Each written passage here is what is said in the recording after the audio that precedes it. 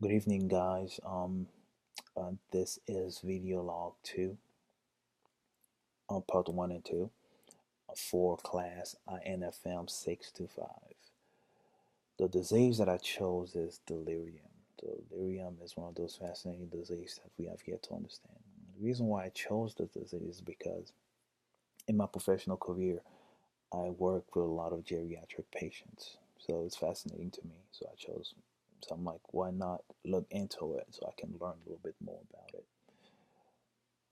Now, the first question is, what are the clinical data that can be used as diagnostic indicators for the identified disease? Delirium, first of all, delirium is an acute change in mental status characterized by fluctuating course.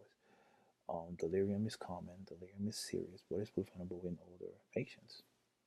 Delirium is a poorly understood disease, and oftentimes healthcare professionals fail to realize it at bedside. Delirium has a wide range of features, making it a little bit hard to evaluate. Some of those features are inattention and hallucination. Now, how do we classify? How do we look at clinical data so we can use these things as diagnostic indicators? Now, one of the tools that's been used is the CAM tool. The CAM stands for Confusion Assessment Method. It has been cited as the best instrument with the best supportive evidence. Now, the second question is, what are the clinical data that can be used as prognostic indicators for the identified disease? The prognosis of this revealed this. So when they conduct a meta-analysis on delirium, they found that um, the length there's a mean of 20.7% length of stay of the patients that were admitted. Now, 1 month after admissions, 46.5% were in institutions and 14.2 had died. Only 54.9 had improved mentally. That's for 1 month length of stay. So if they were at the hospital for a month, those data that I just gave you, those are the data that most likely they would get.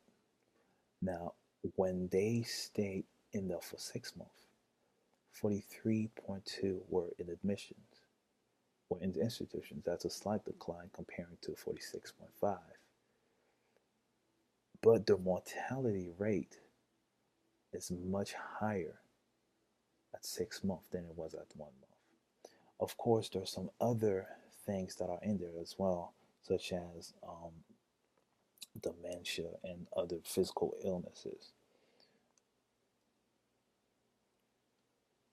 And so when you look at the whole prognosis per se, when you look at all those data, um, we can concur that delirium in older patient has a poor prognosis. And part of the result is because of dementia and other physical illnesses. So now the last question is, what are the clinical data that can be used as clinical indicators for the identified disease? The data that we can use is the ones that that can be part of the prognosis. Because when you look at the length of stay of someone from 1 month to 6 months, there are differences there. Certain things change the longer they stay in the hospital.